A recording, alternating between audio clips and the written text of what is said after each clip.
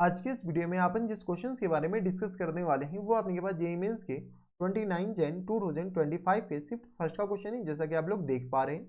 यहाँ पर देखिए हमारे पास क्या दर गया है, consider in AP positive integer के बारे में चर्चा कर रखा है। Whose sum is first 3 terms is 54 के बराबर है, ठीक है। And the sum of first 20 terms lies between this and this. जो अपने पास 20 टर्म्स का जो सम है ना वो इसके बीच में लाई कर रहा है, कोई एतराज नहीं होनी चाहिए। Then it's 11th terms. चलो सबसे पहले ए और डी निकालते हैं। तो फर्स्ट टर्म ए के बराबर है और कॉमन डिफरेंस हम क्या मान लेते हैं बेटा, डी के बराबर है। किसी भी एपी है, कोई भी एपी है जिसका अपने पास ये फर्स्ट टर्म है और कॉमन डिफरेंस। फर्स्ट 3 टर्म्स का सम दे रखा है, यानी S3 हमारे पास क्वेश्चन में दे रखा है 54 के बराबर। S3 मतलब अपने पास किस बराबर बेटा, तो ये आ गया अपने पास 3/2 के बराबर, इनटू आ गया अपने किस बराबर 2a और प्लस टर्म्स अपने पास किस तरह आ जाएंगे 2d के बराबर। ठीक है, देख लो अपने पास 2a और plus terms n-1 into d, 2d equal to किस तरह आ जाएंगे, तो आ गया 54 के बराबर। यहाँ से अपने पास चीजों को थोड़ा सा स्मूथ कर लो। स्मूथ करने का मतलब है कि सिंप्लीफाई करो। तो आ गया अपने के पास 5 4 9, तो 3 एकम 3 और ये आ गया 17 18 36 18 3 24, ठीक किस तरह आ जाएंगे 3 8 24 के बराबर।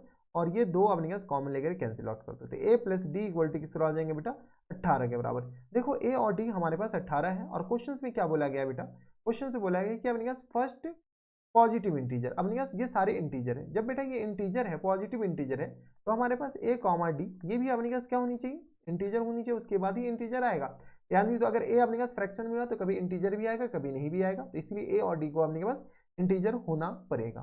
क्वेश्चन में क्या कर रहा है कि फर्स्ट 20 टर्म्स का जो सम है ना वो इसके बीच में अलाई कर रहा है, यानी S20 जो है वो अपने पास लेस देन 1800 है और ग्रेटर देन अपने पास किसके बराबर बेटा, तो ग्रेटर देन 1600 है, क्या अपने पास 1600।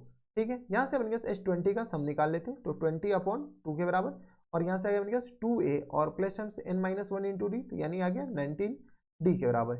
लेस देन अपने पास 1800 हो जाएंगे, हाँ या ना, और ग्रेटर देन अपने के पास किस तरह आ जाएंगे 1600 के बराबर। थोड़ा सा कैलकुलेशन हम फास्ट कर रहे हैं, तो ये अपने पास 10 कैंसिल आउट हो जाएंगे, जीरो से इधर भी जाएगा और इधर भी जीरो जाएगा। यहाँ से आ गया अपने पास 160 लेस देन 2a और प्लस टर्म्स 19d के बराबर, हाँ या ना। ठीक है, ये अपने पास ब्रैकेट लगा दो, यहाँ पर लेस देन आ गया 180 के बराबर। यहाँ से a का वैल्यू चिपका देते हैं ना, यहाँ से a का वैल्यू यहाँ से निकाल लो, तो a इक्वल टू किस तरह आ जाएंगे 18 और माइनस टर्म्स d के बराबर। यहाँ से जैसे a का वैल्यू निकालोगे 18 माइनस डी, तो यह गया किस बराबर 36 और माइनस टर्म्स 2d और प्लस टर्म्स 19d। देख लो अपने पास 36 और माइनस 2d और plus terms 19d equal to आ गया अपने पास 180 के बराबर और यह आ गया 160 के बराबर। यहाँ से अपने पास चीज़ों को थोड़ा सा सिंप्लीफाई करते हैं, यहाँ पर जगह नहीं ऊपर ले जाते हैं। जैसे बेटा इसको ऊपर ले जाएंगे, ऊपर अपने पास ले जाना है तो अच्छे से ले जाओ पूरा ऊपर तक। ठीक है, तो ये किस तरह आ जाएंगे 36 और प्लस टाइम्स 36 और plus times 17d less than आ गया 180 के बराबर और ग्रेटर देन हमारे पास किस तरह आ जाएंगे बेटा 160 के बराबर। हम क्या करें 36 दोनों तरफ माइनस कर ले रहे हैं, इतना तो कैलकुलेशन आता होगा, इतना वे भी कर्मेटर तो आता ही होगा, वे भी कर्मेटर सॉरी इनइक्वलिटी नहीं आता है तो चुल्ले पर पानी में जाकर के डूब मरो।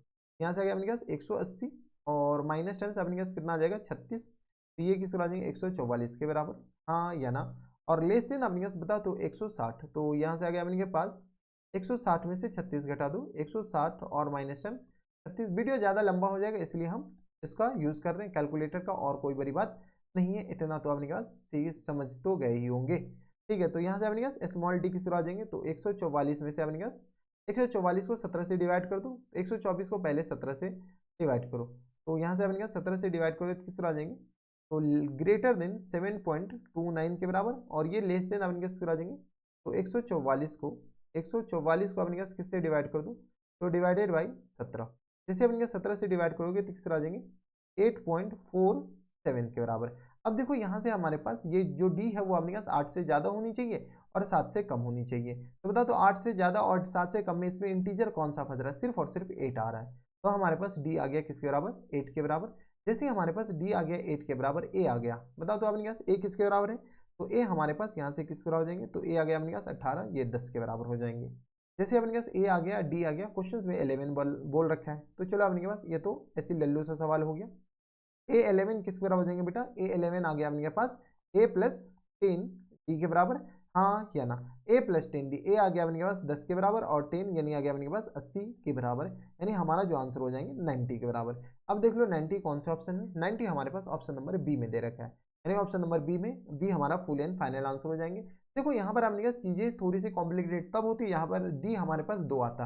बेटा अगर डी अपने पास 2 इंटीजर आ जाता, ये 7.29 है, ये अपने पास 9.47 आ जाता, तो हमारे पास जब वहाँ पे डी के 2 वैल्यू आते तो हम डिसाइड नहीं कर पाते। तो यहाँ से सीधी सी बात है, ऐसे क्वेश्चंस में डी का एक ही वैल्यू पॉसिबल है और कुछ नहीं। जब भी हमारे पास इनइक्वलिटी बने, अपने पास इक्वेशंस बने एक और अननोन हो 2, तो हमारे पास कुछ टर्म एंड कंडीशन के साथ सॉल्व करना पड़ता है। तो ये थे हमारे पास जेईई मेंस के 29 जन 2025 के सिर्फ फर्स्ट का क्वेश्चन था। बनाया जा सकता था, ऐसा नहीं कि नहीं बनाया जा सकता था। तो बस इतना इस वीडियो में, मैं आपसे मिलता हूं नेक्स्ट वीडियो में। तब तक के लिए stay happy, stay healthy and good bye.